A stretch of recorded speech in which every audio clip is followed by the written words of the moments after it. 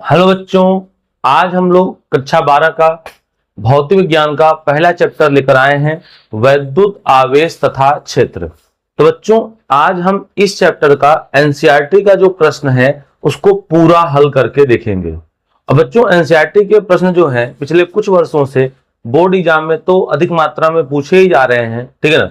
और इससे related question ही जो है आपके कॉम्पिटिटिव एग्जाम्स में पूछे जा रहे हैं। इसीलिए एनसीईआरटी प्रश्नों की जो महत्व है वो अत्यधिक बढ़ जाती है। ठीक है बच्चों, तो वीडियो को पूरा देखिएगा और ऐसे ही हम लोग मिलते रहेंगे चैप्टर वाइज एनसीईआरटी के प्रश्नों के साथ। तो आइए आज शुरू करते हैं वैद्युत आवेश तथा क्षेत्र। तो बच्चों, वैद्युत आवेश तथा क्षेत्र इसके हम लोग जो है केवल और केवल एनसीईआरटी प्रश्नों को हल करेंगे। ठीक है बच्चों, तो आइए शुरू करते हैं आज के पहले प्रश्न से। बच्चों, आज का पहला प्रश्न है, आप लोग जैसा कि देख पा रहे हैं।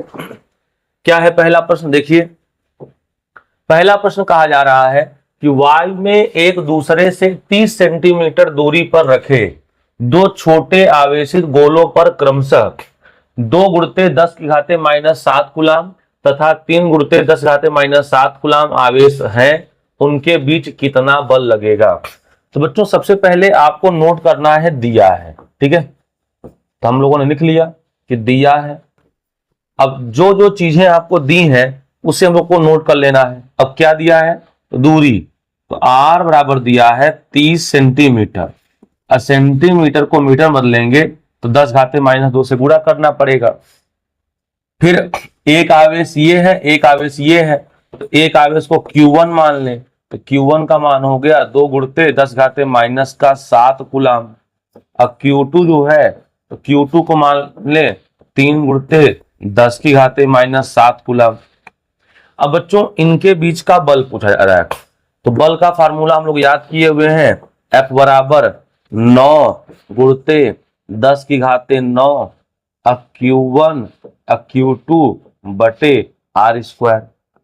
ठीक है बच्चों, आइए इसमें मान जो है रख देते हैं हम लोग। अब देखिए, मान रखने पर क्या हो जाएगा। देखिए, अब जैसे है तो F तो लिखा जाएगा F बराबर 9 गुणित 10 की घाते 9। ठीक है बच्चों, अब Q1, तो Q1 का मान क्या है? तो Q1 का मान हो गया 2 गुणित 10 की घाते -7। Q2, तो Q2 का मान है 3 गुणित 10 घाते -7 बटे में R²।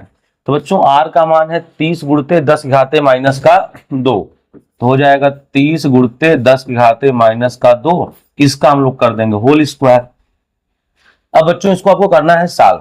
देखिए, तो ये हो जाएगा 9, ये 2 तिया हो जाएगा 6, अब गुणित 10 की घाते -7 तो माइनस का 14 हो गया। और ये 9 जो है बच्चों प्लस का हो जाएगा। अब बटे में देखिए, तो 30 का स्क्वायर होता है 900, तो 900 का मतलब हुआ 10 की घाते 2 ना, और 2 दूनी 4, तो गुणते हो गया 10 की घाते -4। बच्चों, इस 9 से इस 9 को हम काट दिए।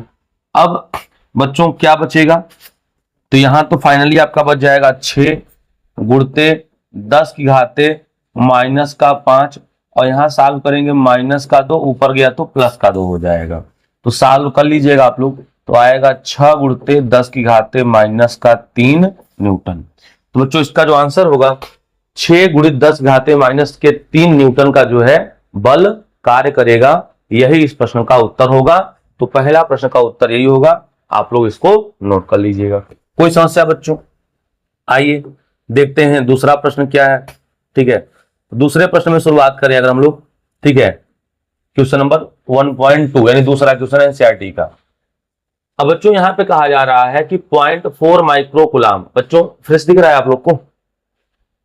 तो 0.4 माइक्रो कूलाम आवेश के किसी छोटे गोले पर अन्य छोटे आवेशित गोले के कारण वायु में 0.2 न्यूटन बल लगाता है। ठीक है, ध्यान से थोड़ा देखिएगा।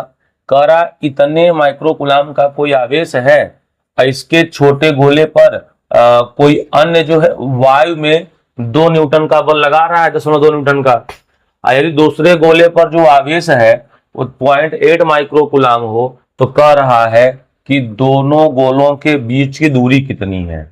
और दूसरा प्रश्न है कि दूसरे गोले पर पहले गोले के कारण लगने वाला बल क्या होगा। तो बच्चों पहले आपको जो वैल्यू दिया है उसे हम लोग नोट कर ले। देखिए, तो हम लोग जानते हैं कि आपको दिया हुआ है, तो पहले गोले पर लगने वाला बल, तो पहले गोले पर, ठीक है, दूसरे गोले के कारण लगने वाला बल हो जाएगा F12। ठीक है, पहले गोले पर दूसरे गोले के कारण लगने वाला बल क्या हो जाएगा, F12। अब बच्चों F12 का फार्मूला क्या हो जाएगा, तो वही जो पीछे लिखे थे हम लोग, 9 गुणित 10 की घाते 9, अब Q1 Q2 अब बटे में हो जाएगा R²। अब इनका मान रखते हैं। देखिए, तो अब ये होगा R², इधर आ जाएगा तो हो जाएगा R² बराबर 9 गुणित 10 की घाते 9, और ये तो Q1 और Q2 बचा रहेगा, और जो F12 ऊपर था वो नीचे आ गया। अब बच्चों हमें कितनी दूरी है, तो यही R का तो मान निकालना है। तो देखिए, तो R² बराबर 9 गुणित 10 की घाते 9 हो गया, अब गुणित Q1 तो 0.4 माइक्रो कूलाम, तो 0.4, अब माइक्रो को कूलाम बदलने के लिए 10 घाते -6 से गुणा, फिर 0.8 माइक्रो कूलाम, तो 0.8 इंटू माइक्रो का मतलब 10 घाते -6 से गुणा, बटे F1। तो जो F12 पहले पर दूसरे कारण लगने वाला बल, तो दिया है 0.2 न्यूटन, तो 0.2 हो गया। अब बच्चों हमको इसे ही सॉल्व करना है और हमारा यही जो है फाइनल आंसर हो जाएगा। तो आइए देखते हैं इसको बहुत देरी न करते हुए। अब बच्चों बची बात R² की, तो क्या हो जाएगा, देखिए, तो अगर यहां पे देखेंगे, ठीक है, तो ये तो 9 है, तो इसको 9 रहने दीजिए आप लोग, गुणते, अब देखिए दशमलव के बाद जो है इस दशमलव से इस दशमलव को काट दें तो यहां बचा 2, 8 दूनी 16 बचा, क्या बचा 16, और दशमलव के बाद एक अंक लगा है तो 6 6 12 हो गया, ठीक है, और ये 9 हो गया, तो 10 की घाते आप लोग हम लोग लिखेंगे 9, अब माइनस का 13 कर दें, 13 इसलिए कर रहे हैं तो -6 से माइनस का 12 हो जाएगा, और ये माइनस का 1 यहां बचेगा, तो माइनस का 13, ये 9 प्लस का है, बाकी आप लोग को इतना तो आता ही है।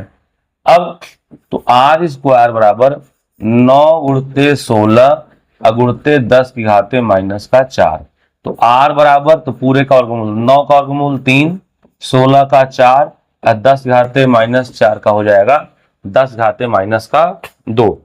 अब इसको सॉल्व कर लिया जाए तो R बराबर आ जाएगा 12 गुणित 10 की घाते -2 मीटर, या R बराबर आप कर सकते हैं 0.12 मीटर, यही आपका आंसर हो जाएगा। तो दोनों आवेशों के जो बीच की दूरी होगी बच्चों, ठीक है, वो कितना हो जाएगा, तो 0.12 मीटर ये हो जाएगा दोनों आवेशों के बीच की दूरी। कोई समस्या? अब क्या पूछा है, तो इसका सेकंड क्वेश्चन ये पूछा जा रहा है बच्चों कि दूसरे गोले पर पहले के कारण कितना बल लगेगा। तो बच्चों देखिए, दूसरे गोले पर पहले के कारण लगने वाला बल पहले पर दूसरे कारण के बराबर होता है, जिसका आंसर 0.2 न्यूटन ही होगा, यही इस प्रश्न का उत्तर होगा। ठीक, तो नोट कर लीजिए आप लोग। क्वेश्चन नंबर बच्चों 1.3 देखते हैं। कह रहा है जांच द्वारा सुनिश्चित कीजिए कि, ठीक है, जांच द्वारा सुनिश्चित कीजिए कि KE², ठीक है, अपान GME MP विमाहीन है। अब भौतिक नियतांकों की सारणी देखकर इस अनुपात का मान ज्ञात कीजिए। यह अनुपात जो है क्या बताता है। तो बच्चों पहले तो हमें यह पता करना है कि ये विमाहीन है, आपको सिद्ध करना है। तो देखिए, आपको ये टेबल देखकर बताना है, यानी इन सबकी विमा आपको टेबल देखनी है। देखिए लिखेंगे तो KE² अपान GME MP की विमा। अब देखिए, तो अब बच्चों तो K क्या है, तो K एक नियतांक है जो कूलाम के नियम में होता है।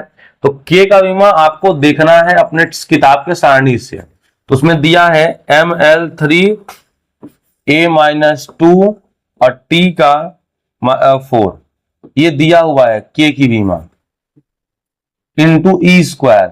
तो बच्चों ई जो है, ठीक है, ई तो आपका आवेश है और आवेश का विमा होता है एटी, तो स्क्वायर है तो ए स्क्वायर टी स्क्वायर हो जाएगा उसका विमा बटे, अब जी, तो जी का विमा, तो ये जी जो है सार्वत्रिक गुरुत्वाकर्षण नियतांक है, तो जी का विमा होता है m-1 L3 T-2। ये जी का विमा आप लोग को ये जो है टेबल से देख के करना है, अगर चाहें तो आप निकाल भी सकते हैं बट उसमें समय लगेगा, ठीक है, निकाल लीजिएगा। तो ये हो गया जी का विमा। अब बच्चों एमई भी एक प्रकार का द्रव्यमान है और एमपी भी एक प्रकार का द्रव्यमान है, तो दोनों हो जाएंगे एम स्क्वायर। अब बच्चों इसको सॉल्व कर लिया जाए। देखिए तो यम यहां पर है एक बार, तो यम जो है ऊपर लिखा जाएगा एक बार। अब देखिए एल जो है 3 बार और यहाँ एल है ही नहीं, तो एल हो गया 3 बार। ए देखिए बच्चों -2 बार प्लस 2 बार कट गया, और टी 4 2 6 बार, तो ये आ गया ML3T6 आ गया। नीचे का देखते हैं, तो M 2 बार M 1 बार, तो घट के M 1 बार आ जाएगा। अब L 3 बार, तो L 3 बार लिखा जाएगा, ठीक है। अब तो बच्चों यहां पे एक बात ध्यान रखिएगा, ठीक है ना, ठीक है। तो बच्चों यहाँ T जो था ना वो -4 बारी होगा, सॉरी यहाँ T -4 बारी होगा, तो -4 और +2, तो -2 आ जाएगा, सॉरी, तो -2 आ जाएगा। यहाँ T ऑलरेडी -2 है। अब देखिए ऊपर नीचे समान है तो क्या बचेगा, तो बचेगा m की पावर 0, l की पावर 0 और t की पावर 0। तो बच्चों इसको ही तो बोला जाता है विमाहीन, इसको ही क्या बोलते हैं, विमाहीन। तो स्पष्ट हो गया, स्पष्ट हो गया, ठीक है ना। क्या स्पष्ट हो गया कि K E square upon G M E M जो है एक विमाहीन राशि है। कोई समस्या? अब कह रहा है भौतिक नियतांकों की सारणी देकर अनुपात का मान ज्ञात कीजिए। तो कह रहा है बच्चों इसका जो है हमें अनुपात का मान भी ज्ञात करना है और बताना है कि यह अनुपात जो है क्या बताती है। तो चलिए बच्चों अनुपात का मान ज्ञात करते हैं। अब बच्चों तो अगले पेज पे किया जाए, तो यहां लिखेंगे कि भौतिक नियतांक की सारणी से, ठीक है, यहां लिखा जाएगा कि भौतिक नियतांक की सारणी से, तो डायरेक्ट मान रख दिया जाए भौतिक नियतांक की सारणी से। चलिए भौतिक नियतांक की सारणी से इसका मान रखा जाए। देखिए तो k का मान होता है 9 × 10⁻9 ई स्क्वायर, तो ई का मान 1.6 × 10⁻⁻19। अब चूंकि स्क्वायर है तो क्या हो जाएगा, स्क्वायर। कोई समस्या? इतना हो गया बटे जी, तो जी का मान 1.67 × 10 की पावर हो गया -11 इंटू एम ई, तो एम ई का मतलब होता है मास ऑफ द इलेक्ट्रॉन, तो वो होता है 9.1 × 10 की पावर -31 इंटू एम पी, तो मास ऑफ द प्रोटॉन, तो 1.66 × 10 की पावर जो है 27 ये हो गया। अब बच्चों अगर इसको सॉल्व किया जाए तो सॉल्व करने पे आता है 2.29 × 10 की पावर जो है 39, इतना आ गया। बच्चों अनुपात तो मालूम चल गया। अब क्या बताता है, तो बच्चों क्या बताता है इस बात के लिए थोड़ा सा ध्यान देंगे। तो अगर हम K E square upon G M E M P है, तो बच्चों इसमें हम लोग आर स्क्वायर से ऊपर नीचे गुणा कर सकते हैं, तो हो जाएगा के E square upon R square बटे G M E M P upon R square. बच्चों कहीं ना कहीं ऊपर का जो है ये वैद्युत बल है और नीचे का जो है गुरुत्वाकर्षण बल है। तो बच्चों ये अनुपात हमें ये बताता है कि जो वैद्युत बल है गुरुत्वाकर्षण बल का लगभग 10⁻39 गुना होता है। तो वैद्युत बल जो है गुरुत्वाकर्षण बल का लगभग 10⁻39 गुना होता है। ये अनुपात हमें यही जानकारी दे रहा है। कोई समस्या बच्चों? चलिए ठीक है, तो ये तीनों हो गए। आइए चौथा देखते हैं। अब बच्चों चौथा में क्या कहा जा रहा है, चौथा में कहा जा रहा है, ठीक है ना, कि किसी वस्तु का विद्युत आवेश क्वांटीकृत है, इस कथन से क्या स्पष्ट है? बच्चों देखिए क्या स्पष्ट है, तो कह रहा है देखिए किसी भी एक वस्तु से आवेश दूसरे वस्तु को, ठीक है, आवेश के एक न्यूनतम मात्रा के पूर्ण गुणज के रूप में ही दिया जा सकता है। पूर्ण गुणज के रूप में ही दिया जा सकता है। किसी एक वस्तु से आवेश किसी दूसरे वस्तु को आवेश की एक न्यूनतम मात्रा के पूर्ण गुणज के रूप में ही दिया जा सकता है और इसे ही आवेशों के क्वांटीकरण का सिद्धांत कहा जाता है। और इस आवेश के न्यूनतम मात्रा को मूल आवेश कहते हैं। इस आवेश के न्यूनतम मात्रा को मूल आवेश कहा जाता है और मूल आवेश का मान होता है 1.6 इंटू 10⁻⁻19 कूलम। तो पहले का उत्तर आपको समझ में आ गया होगा कि किसी वस्तु का विद्युत आवेश क्वांटीकृत है। इस कथन से क्या तात्पर्य है? तो बच्चों इस कथन से यह तात्पर्य है कि किसी एक वस्तु से दूसरे वस्तु पर आवेश का स्थानांतरण आवेश की एक न्यूनतम मात्रा के पूर्ण गुणज के रूप में ही होता है और इस न्यूनतम मात्रा को मूल आवेश कहते हैं और इसी सिद्धांत को आवेशों का क्वांटीकरण सिद्धांत भी कहा जाता है। ये हो गया बच्चों ऑप्शन नंबर। दूसरा नंबर बी क्या कह रहा है? स्थूल अथवा बड़े पैमाने पर विद्युत आवेशों से व्यवहार करते समय हम विद्युत आवेशों के क्वांटीकरण की उपेक्षा कैसे कर सकते हैं? अगर बड़े लेवल पे करेंगे तो बच्चों देखिए अगर बड़े लेवल की बात करें, ठीक है ना, तो बृहद स्तर पर आवेशों के क्वांटीकरण का कोई प्रायोगिक महत्व नहीं है। अगर बहुत बड़े लेवल पे जाएंगे, ठीक है ना, तो आवेशों के क्वांटीकरण का कोई भी जो है प्रायोगिक महत्व नहीं है, क्योंकि बृहद स्तर पर बहुत छोटे आवेशों में ही इलेक्ट्रॉनों की संख्या बहुत ज्यादा हो जाती है। जैसे 1 माइक्रोकूलम में लगभग 10 के घाते 13 इलेक्ट्रॉन होते हैं। तो इस स्थिति में आवेशों के क्वांटीकरण के स्थान पर सतत माना जा सकता है, ठीक है ना। तो बृहद स्तर पर इसका कोई प्रायोगिक महत्व नहीं है, क्योंकि छोटा सा आवेश अगर कोई ले ले 1 माइक्रोकूलम का, तो 1 माइक्रोकूलम में लगभग 10 घाते 13 इलेक्ट्रॉन हो जाते हैं। तो इसीलिए आवेशों के सिद्धांत को हम क्वांटीकरण न मान के सतत मान लेते हैं। इस बात का उत्तर आप लोग रिवीजन कर लीजिएगा। आइए 1.5 देखते हैं। 1.5 क्या कहा जा रहा है? ये भी बच्चों प्योर थ्योरेटिकल प्रश्न है। कह रहा है जब कांच की छड़ को रेशम के टुकड़े से रगड़ते हैं तो दोनों पर आवेश आ जाता है।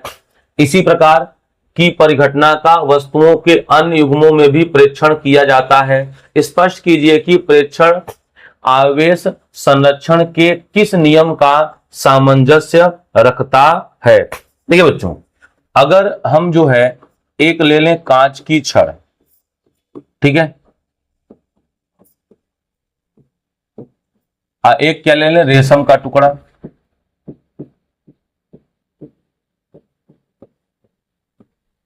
तो कांच का छड़ और रेशम का टुकड़ा। अब देखिए तो जो कांच के छड़ की अगर हम लोग बात करें, ठीक है ना, तो अगर जब कांच की छड़ को रेशम से जो है हम लोग क्या किए, रगड़ा गया, इनको आपस में रगड़ा गया। तो जब इनको आपस में रगड़ा गया तो होगा क्या, कांच की छड़ जो है वो पॉजिटिव हो गई और रेशम की छड़ जो है निगेटिव हो गई। जब कांच की छड़ को रेशम के टुकड़े से रगड़ा गया तो कांच के छड़ पर धनावेशित और रेशम के टुकड़े पर ऋण आवेश आ गया। इसका तात्पर्य यह है कि कांच के छड़ से इलेक्ट्रॉन रेशम के टुकड़े पर क्या हो गए, स्थानांतरित हो गए। क्या हो गए, इस बात को लिखना पड़ेगा कि जब कांच की छड़ को रेशम के टुकड़े से रगड़ा गया तो कांच की छड़ धनात्मक और रेशम का टुकड़ा ऋणात्मक हो गया। इससे यह बात स्पष्ट होती है कि कांच की छड़ से कुछ इलेक्ट्रॉन रेशम पर जो है स्थानांतरित हो गए। इससे जितनी मात्रा में, ठीक है, जितनी मात्रा में कांच की छड़ पर धन आवेश उत्पन्न होगा उतने ही मात्रा में, ठीक है ना, उतने ही अमाउंट में रेशम के टुकड़े पर ऋण आवेश उत्पन्न होगा। ठीक है, तो जितने मात्रा में धन आवेश उतने मात्रा में ऋण आवेश। तो रगड़ने से पहले भी इन दोनों का कुल आवेश शून्य था और रगड़ने के बाद भी दोनों पर कुल आवेश शून्य ही है। तो अतः इससे हमें आवेश संरक्षण के सिद्धांत की पुष्टि होती है। तो यहाँ पे एक पूछा गया है किसका, तो यहाँ पे आवेश संरक्षण का जो सिद्धांत है इसी की पुष्टि होती है। ठीक है बच्चों, तो उम्मीद है कि आपको समझ में आ गया होगा। 1.5 भी हो गया। आइए, तो 1.5 हो गया। अब देखते हैं 1.6। 1.6 क्या कहा जा रहा है कि चार बिंदु आवेश QA, आवेश QA, आवेश QB और QC और QD दिए हैं और ABCD के जो है शीर्षों पर अवस्थित है। तो वर्ग के केंद्र पर 1 माइक्रोकूलाम का आवेश है, उस पर कितना बल लगेगा। तो बच्चों सबसे पहले जो है ना इसका हम लोग बनाएंगे चित्र, और चित्र में जो है एक आप लोग क्या बना लीजिए वर्ग, बन गया वर्ग। इस वर्ग का जो है कर दीजिए नामकरण। ठीक है, इसको बिंदु A मान लें, इसको बिंदु B मान लें, इसको बिंदु C मान लें और इसको बिंदु क्या मान लें, D मान लें। अब बच्चों बात करें इसके केंद्र की, तो आप जानते हैं इसका विकर्ण का जो कटान बिंदु होगा वही क्या होगा, इसका केंद्र हो जाएगा। तो ये जो है इसका केंद्र हो गया।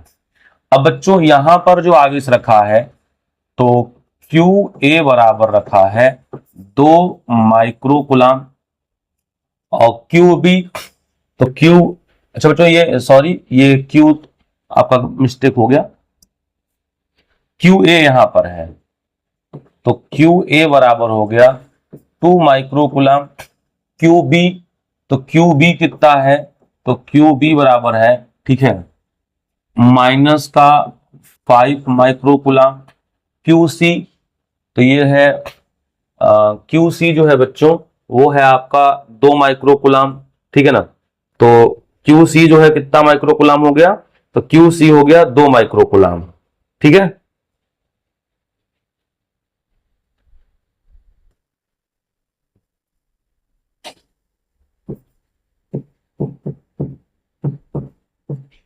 और QD तो QD जो QD दिया हुआ है बच्चों वो दिया है माइनस का 5 माइक्रोकूलाम।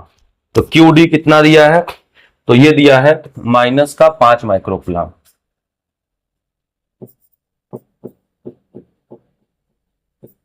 ये दिया हुआ है और इसके केंद्र पर जो है 1 माइक्रोकूलाम का कोई आवेश रखा है।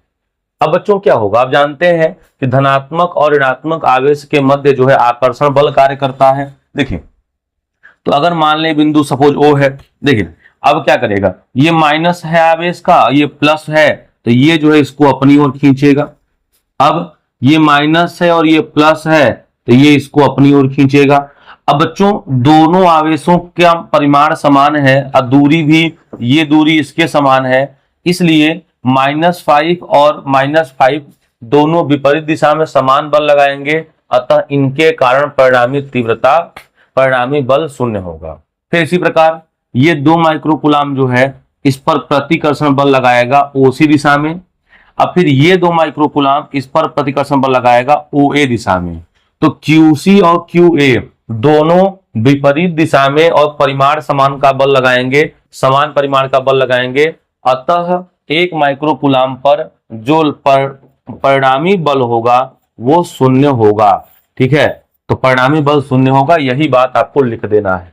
ठीक है, उम्मीद है आपको समझ में आ गया होगा और इसी बात को आपको लिख देना है और पूरा थ्योरेटिकल से काम आपका हो जाएगा। तो इसका उत्तर यही होगा। ठीक, आइए क्वेश्चन नंबर देखते हैं। नेक्स्ट क्वेश्चन नंबर 7वां है।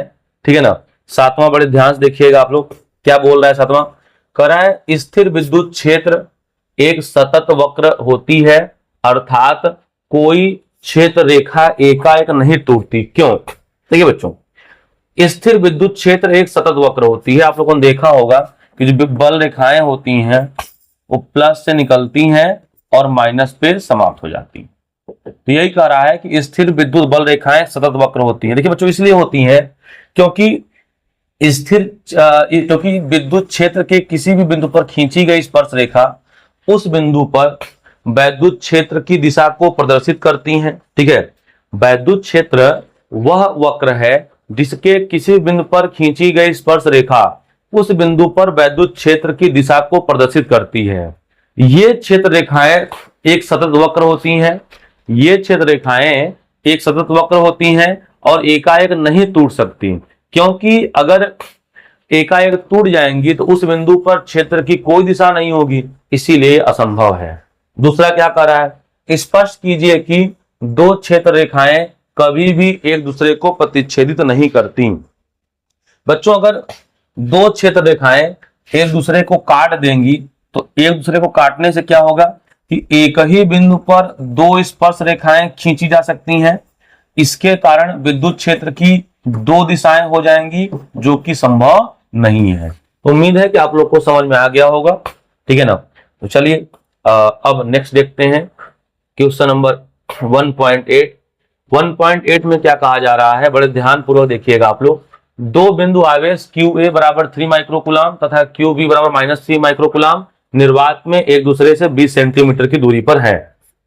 दोनों आवेशों को मिलाने वाली रेखा AB के मध्य बिंदु O पर विद्युत क्षेत्र कितना है। यदि 1.5 × 10⁻⁹ कूलम परिमाण का कोई ऋणात्मक परीक्षण आवेश इस बिंदु पर रखा जाए तो यह परीक्षण आवेश कितने बल का अनुभव करेगा। ठीक है बच्चों, तो सबसे पहले इसका अगर हम एक छोटा सा चित्र बनाए, देखिए तो ये हो गया आपका। अब देखिए तो QA 3 माइक्रोकूलम है, इसको बिंदु A मान लें, यहां लिख दें कि QA बराबर 3 माइक्रोकूलम।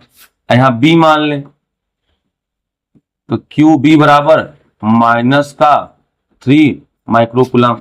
आ रहा है बच्चों, चलिए आ रहा है। तो QB का जो मान है वो माइनस का क्या हो जाएगा, -3 माइक्रोकूलम। तो QB बराबर -3 माइक्रोकूलम। अब बच्चों कह रहा है कि इनके मध्य बिंदु पर, ठीक है, तो अब इनके मध्य बिंदु इस 20 सेंटीमीटर है, तो मान लेते हैं इसका मध्य बिंदु यही O है, तो ये भी हो जाएगा 10 सेंटीमीटर और ये भी हो जाएगा 10 सेंटीमीटर। अब बच्चों इसके मध्य बिंदु पर विद्युत क्षेत्र बताना है। तो आप लोग को पता है कि प्लस के कारण बाहर की ओर और माइनस के कारण अंदर की ओर, तो दोनों का यही होगा।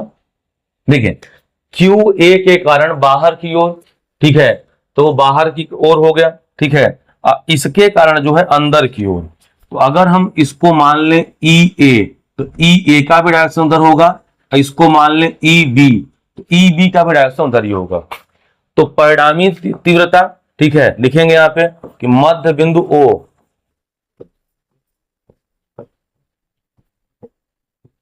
मध्य बिंदु पर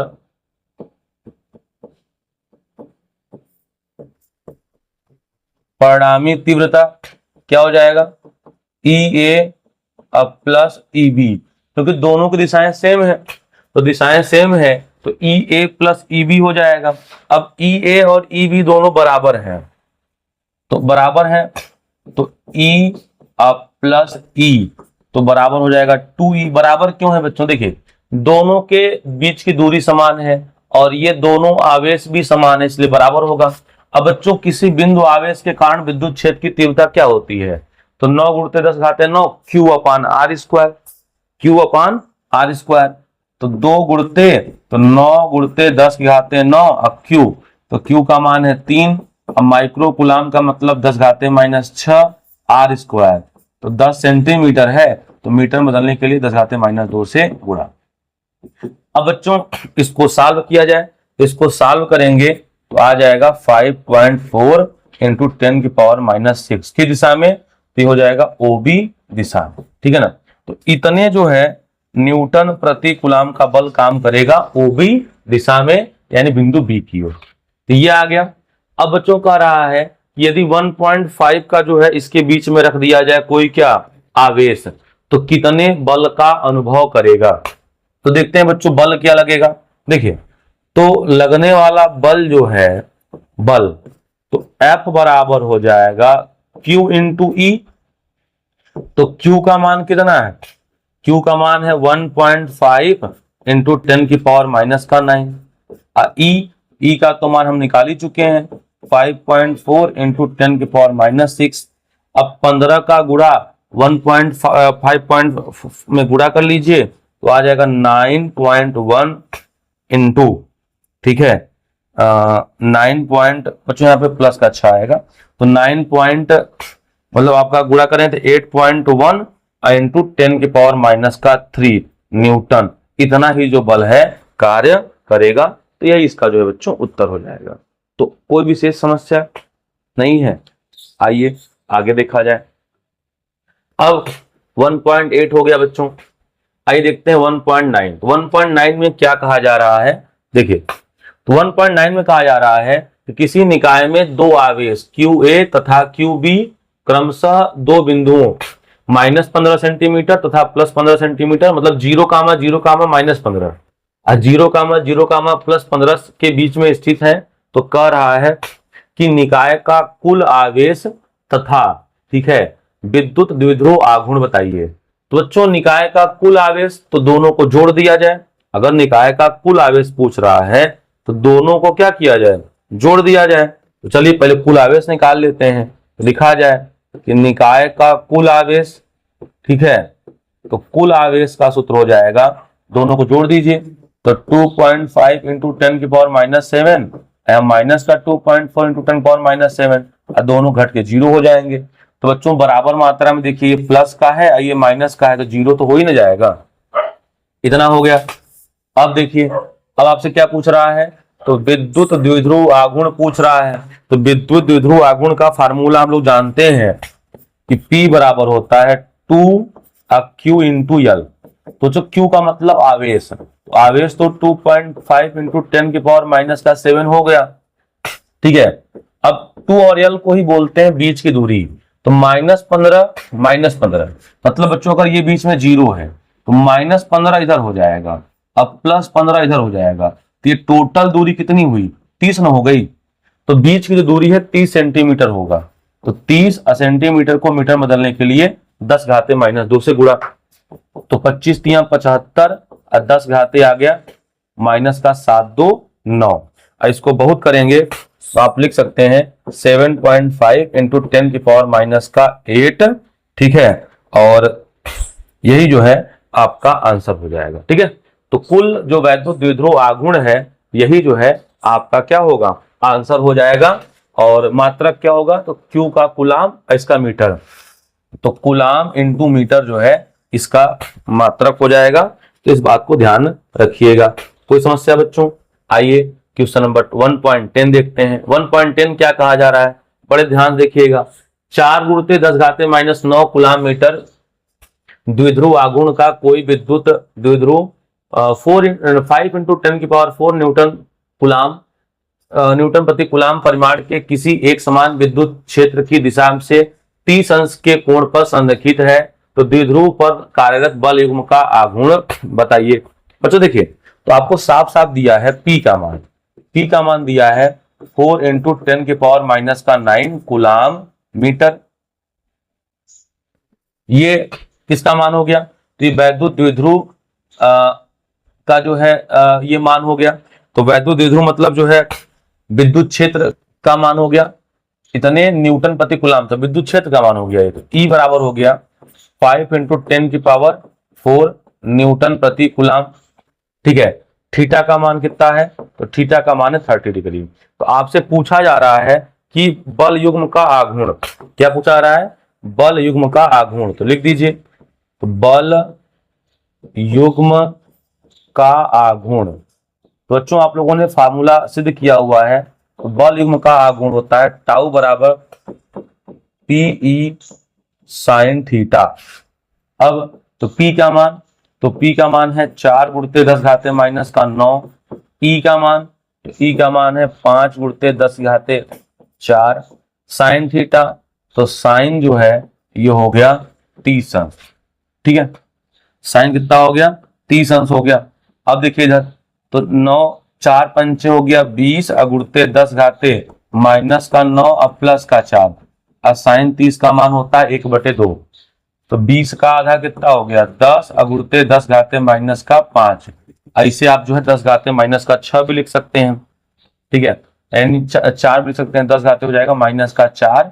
अब क्या पूछा है, बल युग्म का आघूर्ण पूछा है, तो न्यूटन इंटू मीटर, यही आपका आंसर हो जाएगा, ठीक। तो केवल फार्मूला लगेगा टाउ बराबर PE sin थीटा, और टाउ बराबर PE sin थीटा से जो है ये नॉर्मली हो जाएगा। आइए अगला देखते हैं।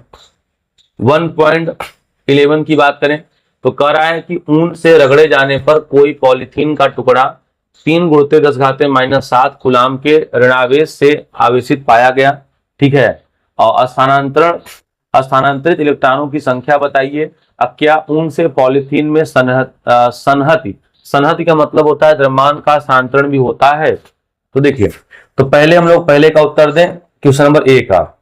देखिए इतना कूलाम, तो Q बराबर आ गया 3 गुणित 10⁻⁷ कूलाम। अब हमें क्या बताना है, तो रगड़े जाने पर कोई पॉलीथीन से आवेशित पाया गया, तो इलेक्ट्रॉन की संख्या बतानी है। तो सूत्र होता है Q बराबर Ne, तो N बराबर हो गया Q बटे E। तो Q का मान है 3 गुणित 10⁻⁷, E का मान है 1.6 इंटू 10⁻⁻19। इतना हो गया। अब इसमें इसको भाग किया जाए, तो भाग जब आप टोटली करेंगे ना, तो भाग टोटली करने के बाद कितना आएगा, 1.875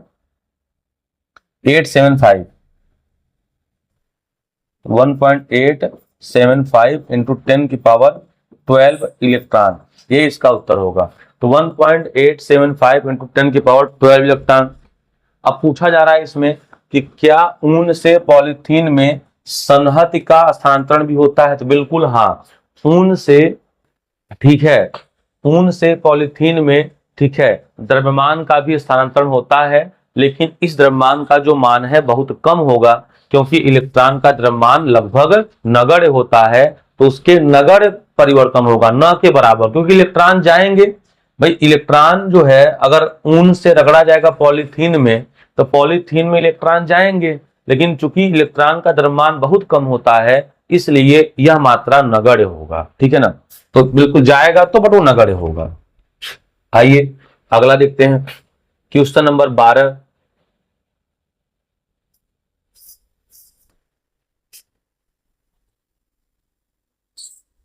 ठीक है बच्चों, तो देखते हैं इसको। कह रहा है 2 विद्युत रोधी आवेशित तांबे के गोले ए तथा बी के केंद्रों के बीच की दूरी। ठीक है बच्चों, तो जो केंद्रों के बीच की दूरी है 50 सेंटीमीटर है, और दोनों पर अलग अलग आवेश इतना है। तो कह रहा है, ठीक है, कि इस पर जो है लगने वाले प्रतिकर्षण बल कितना होगा। तो बच्चों प्रतिकर्षण बल, तो ए का आंसर हो जाएगा F बराबर क्या होता है, 9 गुणित 10⁻9 और आवेश, तो आवेश इतना ही है, तो 6.5 इंटू 10⁻⁻7 और 6.5 इंटू 10⁻⁻7। बीच की दूरी, तो बीच की दूरी है 50 सेंटीमीटर, तो 50 सेंटीमीटर को मीटर बदलने के लिए 10⁻⁻2 से गुणा कर दीजिए। अब बच्चों इसको करना है साल, तो देखिए क्या आ जाएगा, तो ये आ जाएगा 9, अब 65 में 65 का गुणा करेंगे तो कितना आ जाएगा, तो ये आ जाएगा 7 6 42 125। ठीक है, और 2 अंक के बाद दशमलव लग जाएगा। अब तो 10 के घाते को एडजस्ट कर लें, 10 घाते 9 और 7 7 14, तो माइनस का 14 हो गया, बटे तो 50 का स्क्वायर कितना होता है 2500 हो गया, और 10 के घाते -2 दूनी कितना हो गया, 10 घाते -2 दूनी 4 हो गया। बच्चों इस पूरे को अगर हम लोग सॉल्व करेंगे, ठीक है ना, तो जो बल का मात्रा आएगा वो आएगा 1.5 इंटू 10⁻⁻2 न्यूटन। सॉल्व कर लीजिएगा, इतना आएगा। तो 1.5 इंटू 10⁻⁻2 न्यूटन जो है ये फोर्स आएगा पहले शर्त में। ठीक, दूसरे में क्या कर रहा है, कह रहा है यदि प्रत्येक गोले पर आवेश की मात्रा दोगुनी करते हैं, तो यह बराबर 9 गुणित 10⁻9, आवेश की मात्रा दोगुनी, तो 2Q इंटू 2Q। अब बीच की दूरी आधी कर दिया, जो R था R बटे 2 का स्क्वायर कर दें। अब इसको सॉल्व कर लेते हैं, तो 9 गुणित 10⁻9 आ गया, 2 दूनी 4Q हो जाएगा, अब बटे ये हो जाएगा R स्क्वायर, और 4 जो ऊपर चला जाएगा, तो फाइनली F का मान आ जाएगा 4 चौके 16, अब ब्रैकेट में 9 गुणित 10⁻9 और Q square upon R square. तो बच्चों ये जो मान है कहीं पिछला ही तो मान है, तो जो बल लगेगा ये मान लेते हैं F डैश हो गया, तो ये 16 गुना हो जाएगा शुरुआती बल का। अब शुरुआती बल का मान कितना आया था, तो शुरुआती बल का मान आया था 1.5 इंटू 10⁻⁻2 आया था। बस गुणा कर लीजिए, तो 1.5 में इसका गुणा करेंगे तो आपका आ जाएगा टोटल 0.24 न्यूटन। तो 0.24 न्यूटन जो है इसका एब्सोल्युटली राइट आंसर होगा। तो प्लीज इसको आप लोग नोट कर लीजिए। तो बच्चों 12 हो गए। आइए 13वां देखते हैं। 13वां में बच्चों कहा जा रहा है कि मान लीजिए 1.12 में गोले ए तथा गोले बी साइज में सर्वसम है, समान है, तथा इसी साइज का, ठीक है, एक तीसरा अनावेशित गोला पहले तो गोले के संपर्क में लाया जाता है। करा पहले तो पहले गोले के संपर्क में लाया जाता है, ठीक है। तो बच्चों देखिए, अब पहले ए के संपर्क में लाया जाता है, अब फिर बी के संपर्क में लाया जाता है, अब फिर दोनों को हटा लिया जाता है। तो कहा जा रहा है कि इस पर आवेश की कितनी मात्रा होगी, ठीक है। तो कह रहा है कि इस पर आवेश की कितनी मात्रा होगी और ए तथा बीच के जो बीच है वो प्रतिकर्षण बल कितना लगेगा। देखिए बच्चों, तो मान लेते हैं, ठीक है, कि जो ए है, ए पर आवेश की मात्रा क्यू ए है और बी है तो बी पर आवेश की मात्रा क्यू बी है, और सी है तो सी पर आवेश की मात्रा हम लोग जो है वो मान लेते हैं कितना है, क्यू सी। सी पर आवेश की मात्रा कितनी है, 0 है। तो ए पर मान लिए कि आवेश क्यू ए है, अब बी पर आवेश मान लिए क्यू बी है, और सी पर आवेश 0 है शुरू में। अब यदि ए व सी को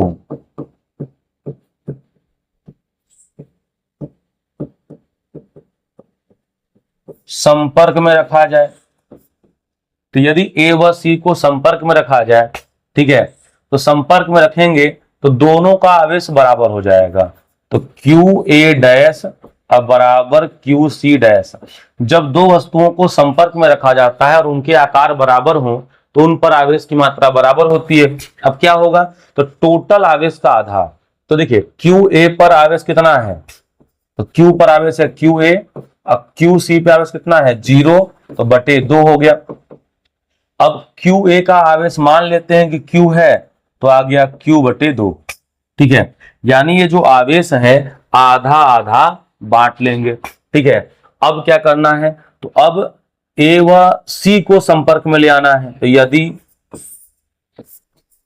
ए व सी हो गया, अब बी व सी को, तो यदि बी व सी को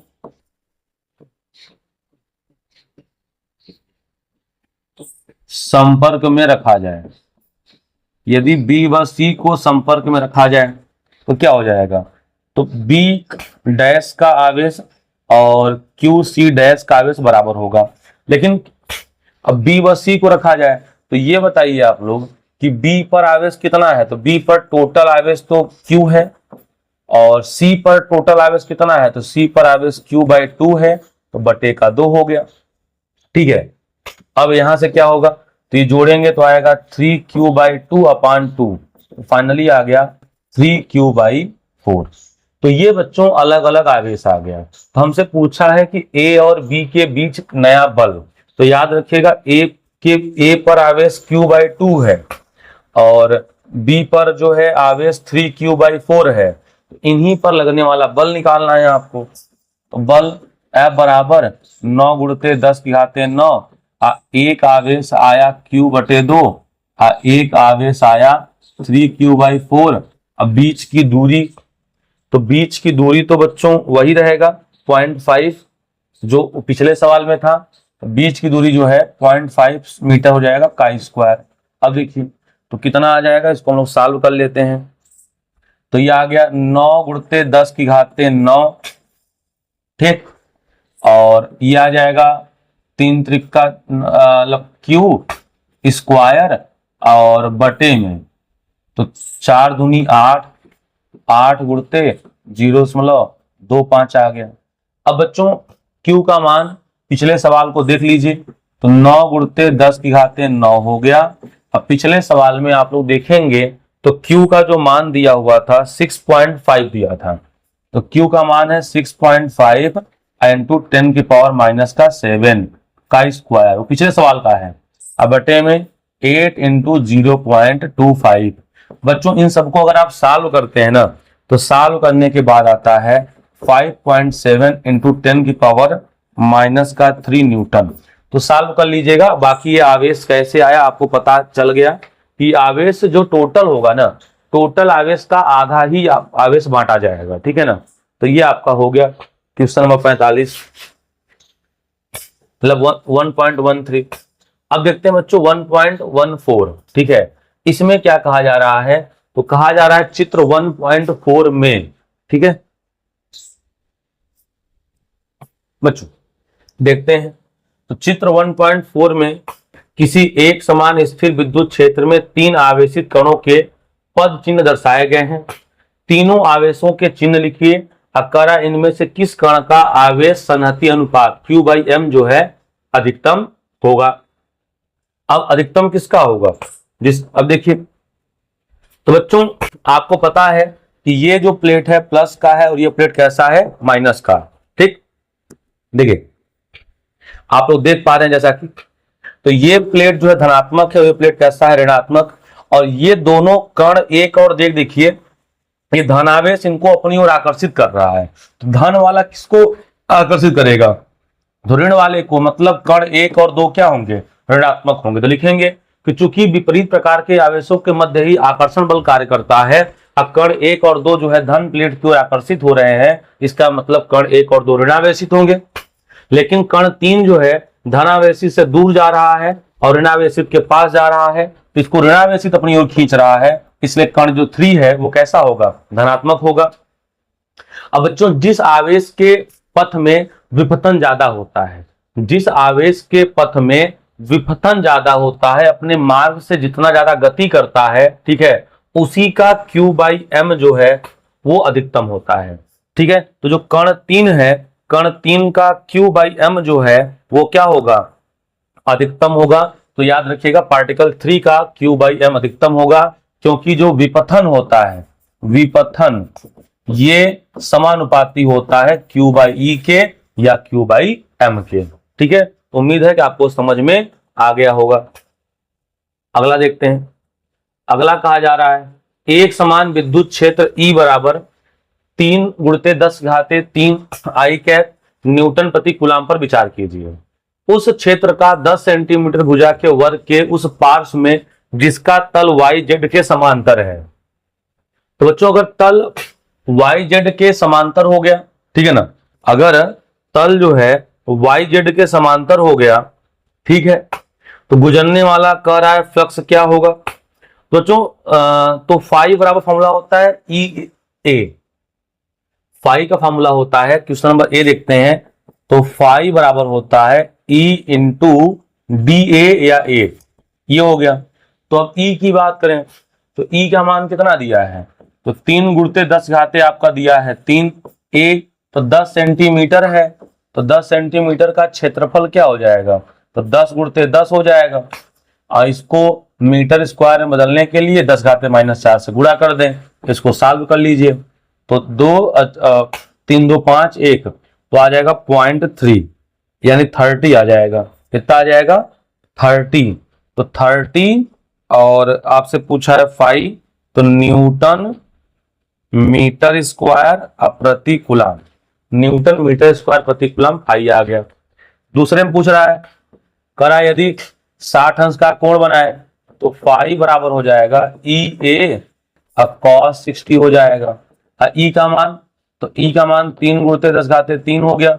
A का मान तो 10 × 10 और 10⁻⁻4 से गुणा, cos 60 का मान 1/2 होता है।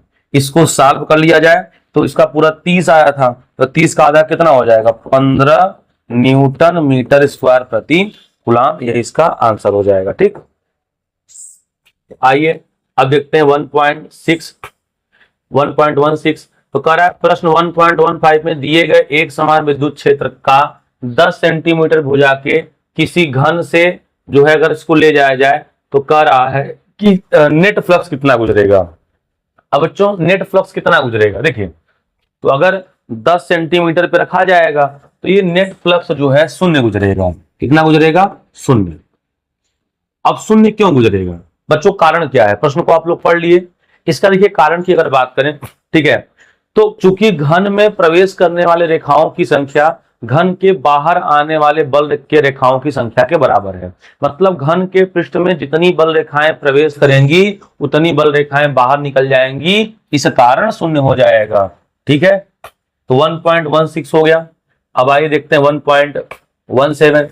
पर किसी काले बॉक्स के पृष्ठ पर विद्युत क्षेत्र की सावधानी पूर्वक ली गई माप यह संकेत देती है कि बॉक्स के पृष्ठ से गुजरने वाला net flux 8 × 10³ newton metre square प्रति कूलम है। बक्से के भीतर नेट आवेश कितना है? यदि बक्से के पृष्ठ से नेट बहुमुखी फ्लक्स शून्य है, मतलब बाहर निकलने वाला फ्लक्स शून्य है, तो क्या आप यह बता सकते हैं कि इसके भीतर कोई आवेश है, नहीं है, अथवा क्यों नहीं है? देखिए बच्चों, सबसे पहले आपको नेट आवेश पूछ रहा है। तो बच्चों आप लोगों ने गॉस का प्रमेय पढ़ा है, फाई बराबर Q/ε0। तो Q बराबर हो गया फाई × ε0। अब फाई का मान आपको दिया हुआ है 8 × 10³ दिया हुआ है। ठीक है, ε0 का मान आपको याद है 8.85 × 10⁻⁻12। अब बच्चों इसको सॉल्व कर लीजिए। तो गुणा तो हमें लगता है कि सबको आता है, ठीक है ना। तो गुणा करेंगे तो क्या आ जाएगा? आएगा 70.8 70.8 × 10⁻⁻9 कूलम। इतना बच्चों जो है ये आ गया आवेश। अब बच्चों कह रहा है कि अगला प्रश्न ये कह रहा है, यदि बॉक्स के पृष्ठ से नेट बहुमुखी आवेश शून्य है तो क्या आप यह निष्कर्ष निकाल सकते हैं कि भीतर कोई आवेश नहीं है? क्यों अथवा क्यों नहीं? देखिए बच्चों, बिल्कुल ऐसा हम नहीं कर सकते, क्योंकि बक्से के अंदर धनात्मक और ऋणात्मक आवेश की संख्या बराबर हो सकती है। अगर धनात्मक ऋणात्मक आवेश संख्या बराबर हो सकती है तो नेट आवेश क्या हो जाएगा? शून्य हो जाएगा। और नेट आवेश शून्य हो जाएगा तो ऐसे में न तो कोई जो है बाहर की ओर निकलेगा और न तो कोई बल रेखाएं अंदर की ओर निकलेगा। तो बिल्कुल ऐसा हम लोग नहीं कर सकते, क्योंकि भाई यहाँ पे कोई वही नहीं है। हो सकता है कि आवेश ना हो तब भी नहीं निकलेगा, ठीक है। अब हो सकता है कि धनात्मक और ऋणात्मक आवेश बराबर हो तब भी नहीं निकलेगा। इस बात का अनुमान हम लोग नहीं लगा सकते, इसको आप लोग समझ लीजिएगा। अब 1.18 करेक्ट चित्र 1.6 में दर्शाए अनुसार 10 सेंटीमीटर भुजा के किसी वर्ग के केंद्र से ठीक 5 सेंटीमीटर ऊंचाई पर 10 माइक्रो कूलम आवेश रखा गया है। तो इस वर्ग से गुजरने वाले कुल फ्लक्स का परिमाण बताइए। देखिए बच्चों, अब इसके केंद्र से रखा गया है तो इसको हम 10 सेंटीमीटर भुजा वाला एक घन मान लेंगे। तो घन के एक पृष्ठ से होकर कितना गुजरता है? जो कि घन में टोटल 6 सतह होती है, तो 1/6 गुना निकलेगा। कितना निकलेगा? 1/6 गुना निकलेगा, ठीक है। तो वर्गाकार सतह से गुजरने वाला फ्लक्स लिख लीजिएगा आप लोग, वर्गाकार सतह से गुजरने वाला फ्लक्स। तो 1/6 कितना हो जाएगा? 1/6 हो जाएगा और Q/ε0 हो जाएगा। तो 1/6 अब Q का मान आपको दिया हुआ है, तो कितना दिया हुआ है? तो Q का मान दिया है 10 माइक्रो कूलम। तो 10 गुणते 10⁻⁻6 बटे ε0 का मान तो 8.85 गुणते 10⁻⁻12 होता है। अब इसको तो आप लोग सॉल्व कर ही लेंगे, ठीक है। तो सॉल्व करके बताइएगा कितना आएगा, और हम आप लोग को जो है इसका फाइनल आंसर बता दे रहे हैं। तो 1.88 × 10 की पावर जो है वो आ जाएगा 5, ठीक है, मात्रक न्यूटन मीटर स्क्वायर प्रति कूलम। तो इतने ही फ्लक्स गुजरेंगे और यही इसका परिमाण होगा। तो याद रखिएगा, वर्गाकार सतह की बात करेंगे ना तो 1/6 हो जाएगा। कितना हो जाएगा? 1/6। अब क्वेश्चन नंबर 19 क्या कह रहा है? 2 माइक्रो कूलम का कोई बिंदु आवेश किसी किनारे पर 9 सेंटीमीटर किनारे वाले किसी घनीय गाउसियन पृष्ठ के केंद्र पर रखा है। तो कह रहा है किसी एक पृष्ठ से गुजरने वाले, ठीक है, नेट फ्लक्स क्या होगा? अब बच्चों तो किसी, देखिए बच्चों, कह रहा है कि पृष्ठ से गुजरने वाले नेट फ्लक्स क्या होगा। तो बच्चों यहाँ पे टोटल की बात कर रहा है, तो टोटल की बात कर रहा है तो आप जानते हैं पाई बराबर Q/ε0। तो Q का मान है 9, Q का मान कितना है? तो Q का मान है 2 माइक्रो कूलम। तो 2 गुणते 10⁻⁻6 हो गया, और एप्सिलॉन नॉट का मान तो 8.85 और गुणते 10 घाते माइनस का 12 हो गया। अब इसको आप लोग सॉल्व कर लीजिए और जैसे ही सॉल्व करेंगे तो 2.26 इंटू 10 की पावर 5 न्यूटन मीटर स्क्वायर प्रति कूलम हो जाएगा। ठीक है ना, तो ये हो गया क्वेश्चन नंबर 19। आइए 20वां देखते हैं। 20वां कहा जा रहा है कि किसी बिंदु आवेश के कारण उस बिंदु को केंद्र मानकर खींचे गए 10 सेंटीमीटर त्रिज्या के गाउसियन पृष्ठ पर फ्लक्स जो है इतना है। यदि गाउसियन पृष्ठ की त्रिज्या दोगुनी कर दी जाए तो कितना फ्लक्स गुजरेगा। अब कह रहा है कि बिंदु आवेश का मान क्या होगा। तो देखिए बच्चों, नए गाउसियन सतह से गुजरने वाला जो फ्लक्स है वो समान ही रहेगा, क्योंकि आवेश अगर नहीं बदल रहे हैं तो कैसे बदल सकता है। तो नए से जो है उतना ही गुजरेगा जितना इसको गुजरना चाहिए। लेकिन दूसरे कंडीशन में कह रहा है, ठीक है,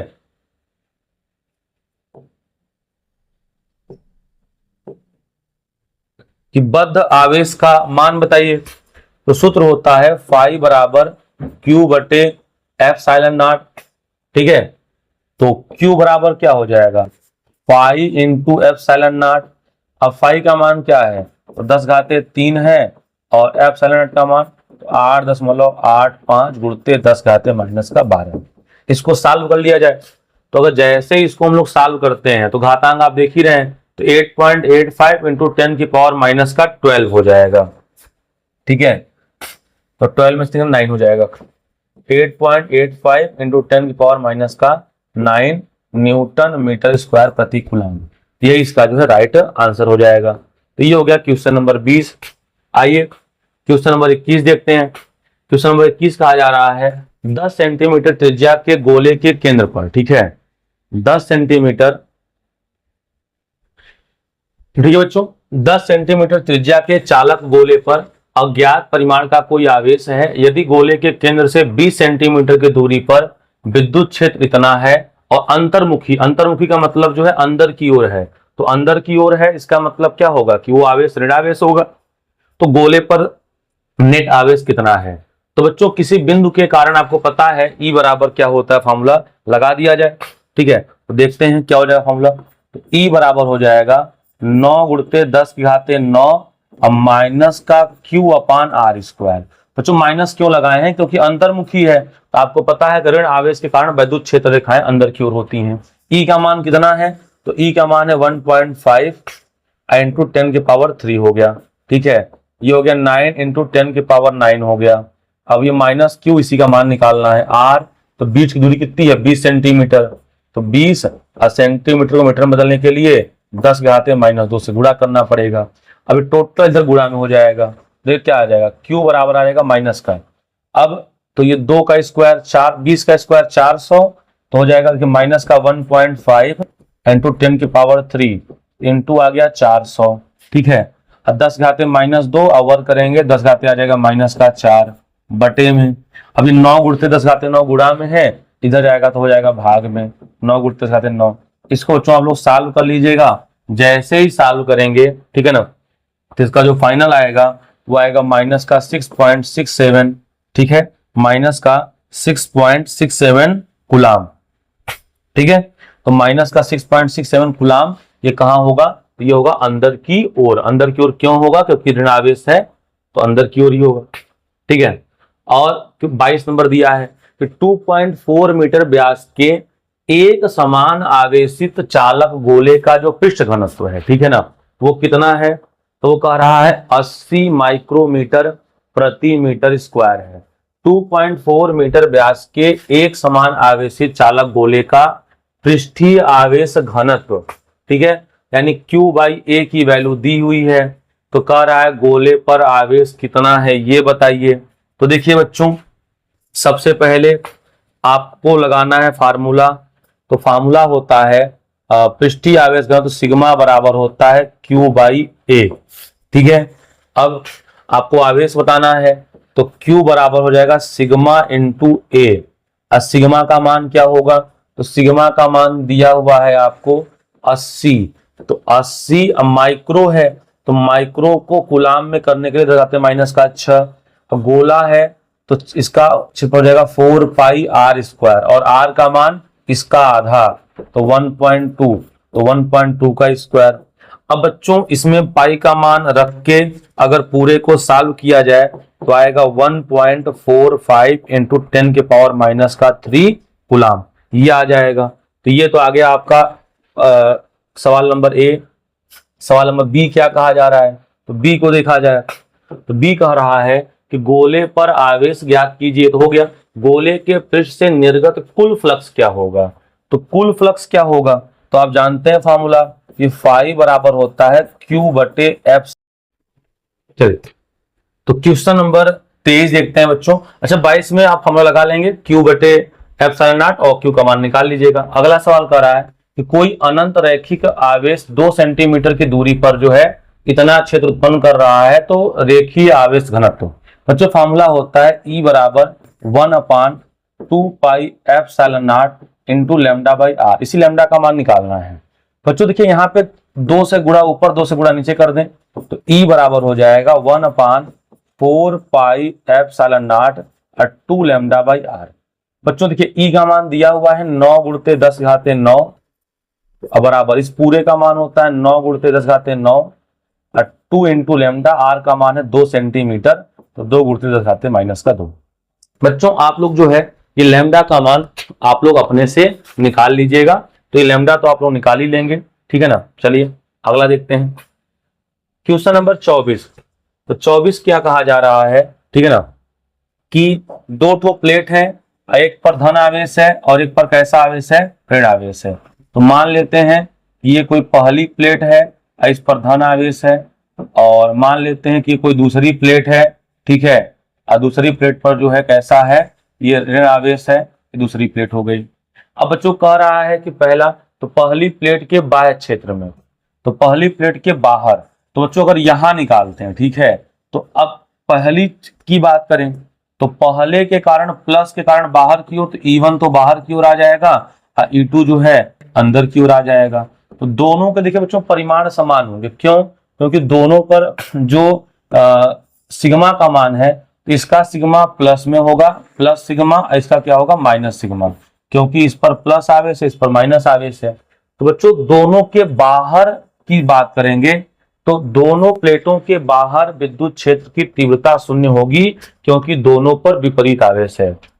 तो इनके बीच में, हाँ, तो इनके बीच में हो जाएगा E बराबर सिग्मा बटे 2 एप्सिलॉन नॉट अब प्लस सिग्मा बटे 2 एप्सिलॉन नॉट। ये दोनों जुड़ जाएंगे इनके बीच की बात, क्यों, क्योंकि इनके बीच में तो प्लस के कारण बाहर की ओर और फिर माइनस कारण अंदर की ओर, दोनों का दिशा विपरीत होगा, इसलिए इसके भीतर जुड़ जाएगा। तो जोड़ेंगे तो आएगा सिग्मा बटे एप्सिलॉन नॉट आ गया। अब सिग्मा का मान क्या होता है, तो सिग्मा का मान आपको दिया हुआ है 17 गुणित 10 घाते माइनस का 22 दे दिया है, अब बटे एप्सिलॉन नॉट का मान 8.85 गुणित 10 घाते माइनस का 12। तो बच्चों इसको गुणा भाग कर लीजिएगा, आपका आएगा 1.92 इंटू 10 की पावर माइनस का 10 न्यूटन प्रति कूलाम, यही आपका आंसर होगा। ठीक है बच्चों, आइए क्वेश्चन नंबर 25 देखते हैं। करें मिल्टन तेल बूंद के प्रयोग में, ये बच्चों ध्यान दीजिएगा, बड़ा अच्छा प्रश्न है। मिल्टन तेल बूंद के प्रयोग में ये E का मान आपको दिया हुआ है, ठीक है, और 12 इलेक्ट्रॉन जो है ज्यादा हैं, और इसका घनत्व जो है तेल का इतना है, त्रिज्या का आकलन करना है बूंद का। देखिए बच्चों, अब बूंद की त्रिज्या कैसे मालूम होगा, तो बूंद का आवेश Q बराबर क्या होगा, तो Q बराबर होता है NE, तो N का मान 12 और G का मान 1. E का मान 1.6 इंटू 10 पावर माइनस का 19 हो गया। इसका गुणा भाग करेंगे तो 1.92 इंटू 10 की पावर माइनस का 18 कूलाम आ गया। तो वैद्युत बल की बात करें तो Fe बराबर होता है Q इंटू E, तो Q का मान 1.92 इंटू 10 की पावर माइनस का कितना हो गया 18, E का मान तो दिया हुआ है तो 2.55 इंटू 10 की पावर आ गया 4। इसको सॉल्व कर लें तो इसको सॉल्व कर लिया जाए, या इसको सॉल्व जो है हम लोग बाद में कर लेंगे, कोई दिक्कत नहीं है। तो सॉल्व कर इतने में छोड़ देते हैं, ठीक है। अब तो इसका बूंद का भार कितना हो जाएगा, तो भार हो जाएगा Fg, तो भार का फॉर्मूला होगा, ठीक है, mg और m का मान, तो इलेक्ट्रॉन का द्रव्यमान आपको पता ही है, तो इलेक्ट्रॉन का द्रव्यमान जो है रख दिया जाए, तो 9 पॉइंट कुछ समथिंग के रख दिया जाए या रन दिया जाए, तो जी को तो जी रहते हैं, और द्रव्यमान रॉ से तो होता है घनत्व गुणित आयतन, घनत्व गुणित आयतन, तो घनत्व आपको दिया हुआ है कि 1.26, अब ग्राम को बदलेंगे किलो में 10 घाते माइनस से कितना हो जाएगा, 3 हो जाएगा, और सेंटीमीटर को बदलेंगे तो कुल मिला के +3 हो जाएगा। इसको बदला गया किलोग्राम पर मीटर क्यूब में, तो घनत्व गुणित और आयतन, तो आयतन कैसे आएगा, तो आयतन आएगा 4/3 पाई आर क्यूब और इंटू जी। अब बच्चों संतुलन की अवस्था में है तो इन दोनों क्या करें, बराबर कर दें, क्या लिख दें, साम्यावस्था में, ठीक है, तो साम्यावस्था में ये दोनों फोर्स क्या होंगे, बराबर हो जाएंगे, तो ये हो जाएगा 1.26 इंटू 10 की पावर का 3 into 4/3 pi R cube into G, तो जी का मान होता है 9.8 इंटू 9.8। अब बराबर क्या होगा, देखिए बराबर की अगर बात करें हम लोग, तो बराबर ये पूरा फोर्स कितना है, ये 1.92 इंटू 10 की पावर माइनस का 18 इंटू 2.55 इंटू 10 की पावर 4। अब बच्चों इस पूरे को अगर सॉल्व करेंगे तो हमें इसका मान निकालना है आर का, तो आर का मान जो फाइनली आएगा आप लोग सॉल्व कर लीजिएगा, 9.81 इंटू 10 की पावर कितना आ जाएगा, माइनस का 7 मीटर, तो फाइनली आर का मान यही आएगा, ठीक है ना, तो ये आपका राइट उत्तर हो गया, आप लोग देख लीजिएगा।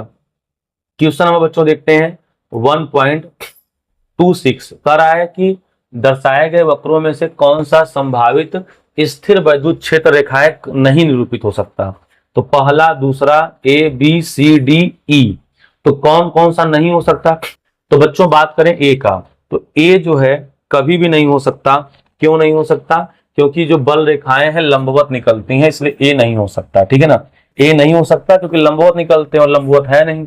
बी की बात करें, ठीक है ना, तो बी भी आपका सही नहीं है क्योंकि बल रेखाएं धन से निकलती हैं ऋण पे समाप्त होती हैं, बट यहाँ धन पे निकल रही हैं, ऋण से भी निकल रही हैं, इसलिए ये भी नहीं हो सकता।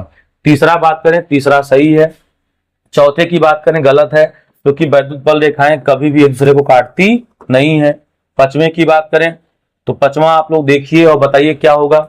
देखिए पांचवें में आप देख रहे हैं कि बंद वक्र बना रही हैं, यहाँ देखिए बंद वक्र बना रही हैं, गलत है, बंद वक्र कभी नहीं बनाती, हमेशा खुले वक्र बनाती हैं, ठीक है ना, तो आप लोग देख पा रहे हैं ये।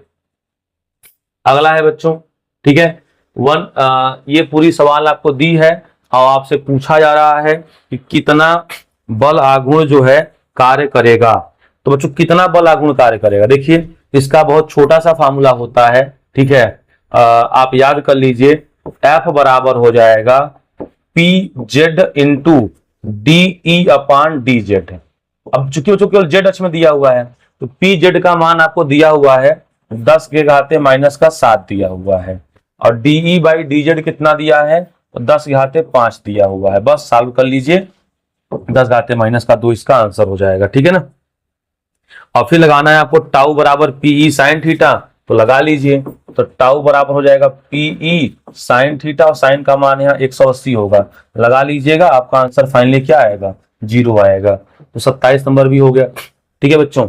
अब बात करें 28 की, तो बच्चों जो क्वेश्चन नंबर 28 है ये प्योर थ्योरी है, ठीक है ना, तो प्योर थ्योरी है, तो इसका उत्तर जो है आप कमेंट में दीजिएगा और इसका उत्तर जो है हम डिस्क्रिप्शन में डाल देंगे, ठीक, 28 का उत्तर हम डाल देंगे वीडियो में ही। अब बच्चों क्वेश्चन नंबर 29 की बात करें, तो 29 में कह रहा है किसी खोखले गोले में जो है इतना सारी चीजें आपको दी हैं, तो यहाँ पूछ रहा है कि क्या होगा। बच्चों ये भी प्योर थ्योरेटिकल प्रश्न है, ठीक है, अब प्योर थ्योरेटिकल है तो इसका उत्तर थोड़ा आप सोचने का विचार करिएगा, और यदि आपको नहीं आता है तो हम जो है इसी वीडियो में इसको जो है इसके आंसर को भी अपलोड कर देंगे। अगला बच्चों गाउस नियम का उपयोग किए बिना किसी एक समान रैखिक आवेश घनत्व में लैम्डा का जो ये फार्मूला है, तो बच्चों इसको फार्मूला प्राप्त करना है, ठीक है, तो इसको भी जो है हम अपलोड कर देंगे, आप लोग देख लीजिएगा, ठीक। ये तो अब ऐसा विश्वास किया जाता है कि स्वयं प्रोटॉन, तो बच्चों ये देख रहे हैं कि आपको बताना है कि इलेक्ट्रॉन प्रोटॉन न्यूट्रॉन किससे बने होते हैं। देखिए बच्चों अगर बात करें प्रोटॉन की, ठीक है, तो प्रोटॉन जो है 2 अप क्वार्क और एक डाउन क्वार्क से बना होता है, एक डाउन क्वार्क से। तो अगर हम बात करें दो अप क्वार्क, तो एक अप क्वार्क का चार्ज होता है, ठीक है, E/3, कितना होता है 2E/3। तो अप क्वार्क का चार्ज होता है 2E/3 और डाउन क्वार्क का माइनस का E/3। तो अब 2E/3 हो गया और 1E/3 माइनस का हो गया, तो ये आएगा 2 दूनी 4, तो 4E/3 और माइनस का E/3, तो घटेगा तो आएगा 3E/3। इट मीन्स कितना आ गया, E आ गया। तो हम जानते हैं कि प्रोटॉन पर आवेश इलेक्ट्रॉन के बराबर होता है, ठीक है ना। न्यूट्रॉन की बात करें, जो न्यूट्रॉन होता है एक अप क्वार्क और 2 डाउन क्वार्क से मिलकर बना होता है। अब एक अप क्वार्क का मतलब 2E/3 हो गया, माइनस का प्लस का 2, एक डाउन क्वार्क का मतलब माइनस का E/3 हो गया, तो हो गया 2E/3 और माइनस का 2E/3, एक क्या हो गया, 0 हो गया। तो आप जानते हैं, तो इस बात को देख लीजिएगा, ठीक है। क्वेश्चन नंबर बच्चों क्या है 1.12।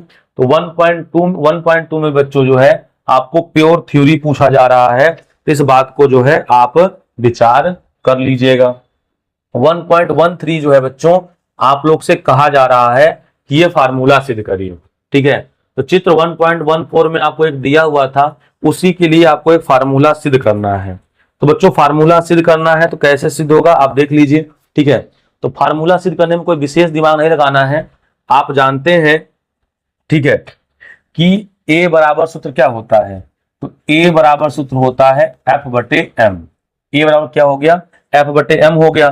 और तो F का मान होता है QE, तो हो गया QE/m। आप लोग वेक्टर का प्रयोग कर लीजिएगा। तो ये आवेशित कण का जो है क्या हो गया, त्वरण हो गया। और बच्चों हम लोग जानते हैं कि अगर क्षैतिज दिशा में गति करेंगे तो क्षैतिज दिशा के लिए Ux का मान जो है हम लोग U मान लें, ठीक है। क्षैतिज दिशा के लिए U का मान हम लोग क्या मान लें, Ux मान लें। U का मान लें Ux क्षैतिज दिशा के लिए, A का तो मान 0 हो जाएगा और यश का मान जो है यल हो जाएगा, क्योंकि आप चित्र देख लीजिएगा उसकी जो टोटल लंबाई थी वो यल थी। तो यश बराबर फॉर्मूला हो जाएगा UT + 1/2 AT²।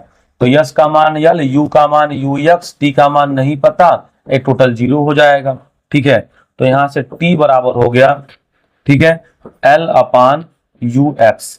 T बराबर क्या हो गया, L/UX हो गया। तो इसको मान लें समीकरण नंबर जो है 2 मान लें। अब ऊर्ध्वाधर गति के लिए, तो ऊर्ध्वाधर गति के लिए S बराबर Y हो जाएगा, U बराबर 0, तो 0 + 1/2 हो जाएगा AT²। तो यहां हो गया Y बराबर 1/2 A का मान क्या है, तो QE/m इंटू T, तो T का मान क्या है L/UX का स्क्वायर। तो इसको सॉल्व करेंगे तो Y बराबर आ जाएगा 1/2 QE L²/mVx का स्क्वायर। तो बच्चों यहां से स्पष्ट हो रहा है कि 2 घात का समीकरण है और 2 घात का समीकरण एक परवलय को व्यक्त करता है, ठीक है बच्चों। आइए अगला देखते हैं। तो 1. ये जो है 3-4, इसको जो है बच्चों आप लोग कमेंट बॉक्स में कमेंट करिएगा, क्योंकि इसमें फार्मूला आपका यही लगेगा। देखिए तो y बराबर क्या लगेगा, फार्मूला हम लिख दे रहे हैं जो पिछला सिद्ध किए हैं हम लोग। फार्मूला लगेगा y बराबर QE L²/2mVx का स्क्वायर। सब कुछ मान आपको दिया है। अब मान रखने के बाद अगर आप लोग हल करेंगे तो जो यल का मान आएगा वो आएगा 1.12 × 10⁻²। यही आपका उत्तर होगा, ठीक है बच्चों। तो बच्चों उम्मीद करते हैं कि आप लोग को ये क्लास बेहतर ढंग से समझ में आया होगा। तो हम लोग मिलते हैं